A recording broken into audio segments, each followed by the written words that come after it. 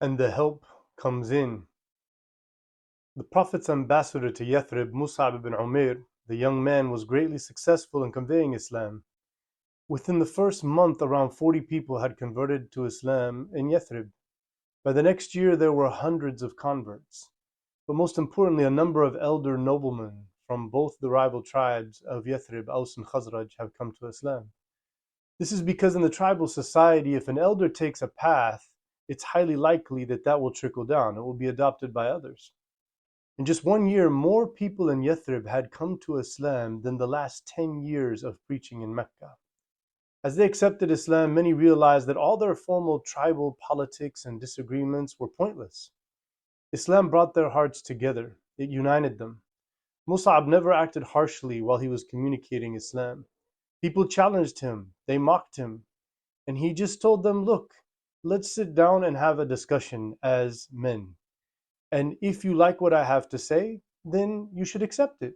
If you do not like, then you can leave it and I will leave you alone.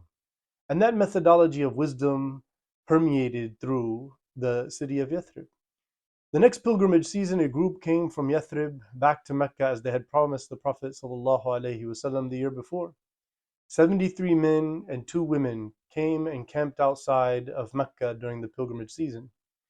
One night they secretly went to go meet at Al-Aqaba, and they met where the Prophet, peace be upon him, had taken their allegiance the year before.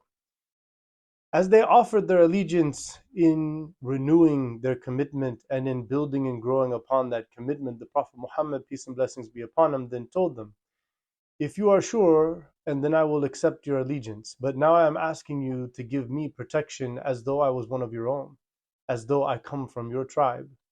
This means you must all obey me through the thick and the thin, that you spend your wealth in the cause of Islam, that you will promote good and always speak the truth regardless of the consequences.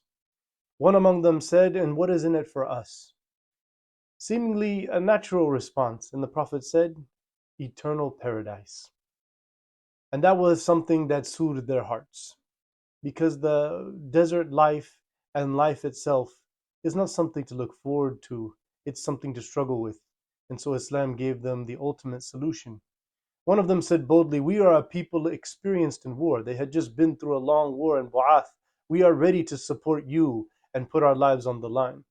Others among the Yathrib delegation made the point that this political move would be taken as breaking their treaty with the Jews of Yathrib, much less the Quraish themselves and their allies. Another emphasized that this agreement will probably lead to eventual war, and there will be loss of life, and there will be loss of livelihood. This new pledge would include the preparation for refuge for Muslims to come to Yathrib. They all agreed, and one by one they pledged their allegiance to God and His Messenger, peace and blessings be upon him, thus becoming the helpers, Al-Ansar. Unfortunately, one polytheist had snuck up on their camp and overheard this proclamation. He went back and he started spreading the rumor and telling people that these people have given their allegiance to this man who rejects our ways. So one among the Ansar suggested, let's go ahead and fight these people and quell this attack on us because they are unarmed in the pilgrimage. The Prophet responded very firmly, this is not what God has commanded me to do. And as they had already given their allegiance, they obeyed. The next morning the Quraysh were furious. They sent warriors to the Yathrib camps to interrogate. But the Muslims and the non-Muslims were actually mixed up because they had come with a large delegation as the Muslims to see if they could arrange this meeting with the Prophet, peace and blessings be upon him. Later that day, they quickly left to Yathrib before the Meccans could figure out exactly who it was and what took place. Unfortunately, they captured one of them, and the Quraysh chained and tortured him until one of his friends paid for his ransom, a fortune. The Prophet, peace and blessings be upon him, came back and began to encourage the Muslims to secretly pack up and migrate to Yathrib without calling attention to themselves, knowing the threat that they face. They would travel in small groups, 2s, 3s, sometimes a whole family, but over the next several months, the Muslim population in Mecca began to disappear. The Quraysh realized this and they saw what was going on. They became very concerned about the optics. How will this look? Several known noble families from among the Muslims had left.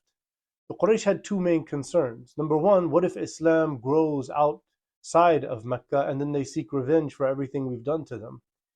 as well as how the tribes, the reputation they represent, how the tribes will say, oh, these people, their city is so messed up, nobody wants to stay there, and they're just migrating away because of the oppression. So the Quraysh assigned clansmen to patrol the countryside to try to prevent people from migrating. If they were commoners, they would just take all their belongings. But if they were nobles, they would take them by force and bring them back and force them to stay and keep guard by them. Escaping the city was extremely dangerous. And this is something that the Prophet, peace and blessings be upon him, himself knew that his journey would be a tough one.